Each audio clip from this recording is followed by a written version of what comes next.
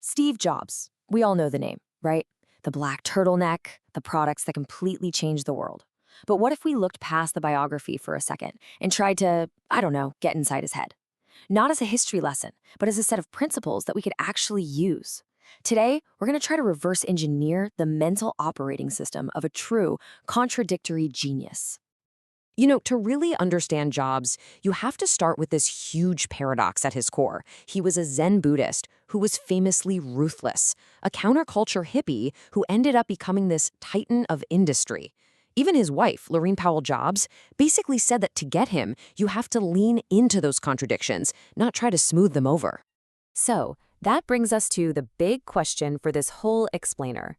How did this walking paradox manage to change our world not once, but multiple times? What was the software running in his brain that turned all that friction into fire? Okay, let's dive in. The first, and maybe the most legendary piece of the Jobs OS, is what his team at Apple called the reality distortion field. This was, for real, his superpower for bending the world to his will. And get this, the name actually came from a Star Trek episode, where these aliens could create their own worlds just by thinking it. At Apple, it meant that when you were in a room with Steve Jobs, the normal rules of reality just felt, well, negotiable. He could convince almost anyone of almost anything. Now, here's what's so fascinating about this. It wasn't just manipulation. It was a seriously powerful tool for innovation. I mean, when he set deadlines that seemed absolutely insane, it forced engineers to find shortcuts they never would have dreamed of. His belief that the rules just didn't apply to him, that's what let Apple totally shatter industry conventions. He turned his own personal belief into this collective force that literally changed what was possible. So, the takeaway for us isn't about fooling people. It's about building a personal story, a narrative that's so powerful and so clear that it actually reshapes what you and your team believe you can do. But that raw belief, it isn't the whole story. It needs to connect with something unexpected to really spark genius. And that brings us to our second principle. So, this second principle is all about where true innovation really comes from. And for Steve Jobs, it wasn't from a place of just pure logic or engineering. It was a crossroads. We tend to think of the PC revolution as this story of circuits and code, something born in a garage in Silicon Valley. But one of its most defining features, something you and I look at every single day, came from somewhere way more unexpected. Yep, that's right. The beauty, the elegance that we just take for granted on our screens now, you can trace it directly back to one single calligraphy class that a young Steve Jobs decided to just drop in on after he dropped out of college. I mean, just let that sink in for a second. Before the Macintosh, computers had one ugly, clunky font.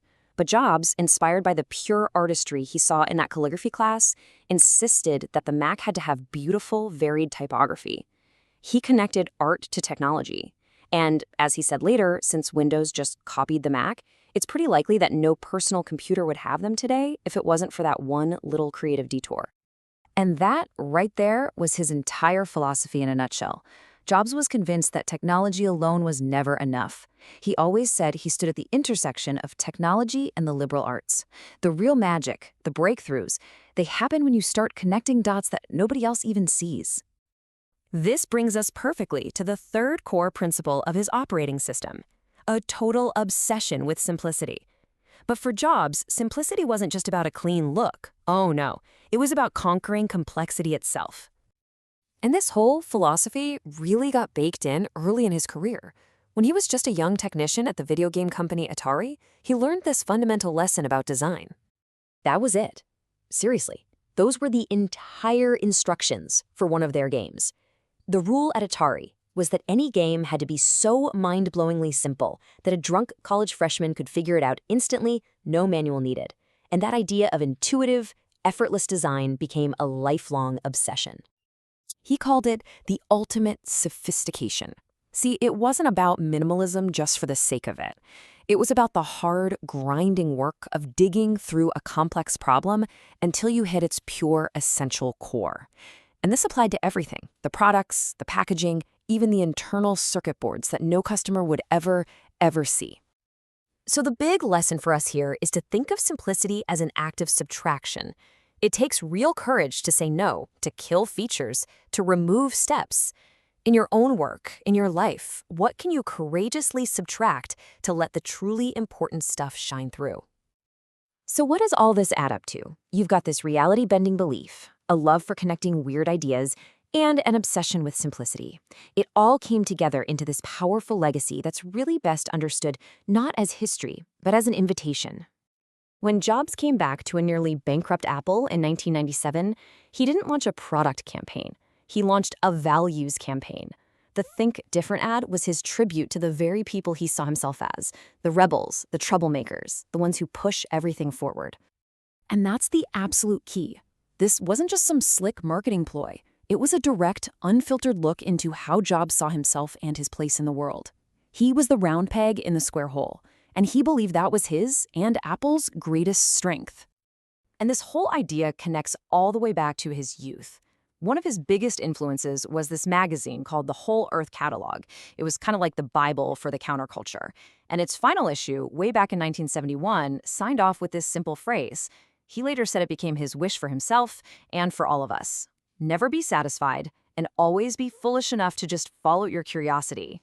So, at the end of the day, the Steve Jobs operating system isn't just a guide to building cool products. It's a challenge to think differently about our own potential. So the final question isn't about him. It's about you. What idea are you crazy enough to pursue? What reality are you willing to distort to make it happen?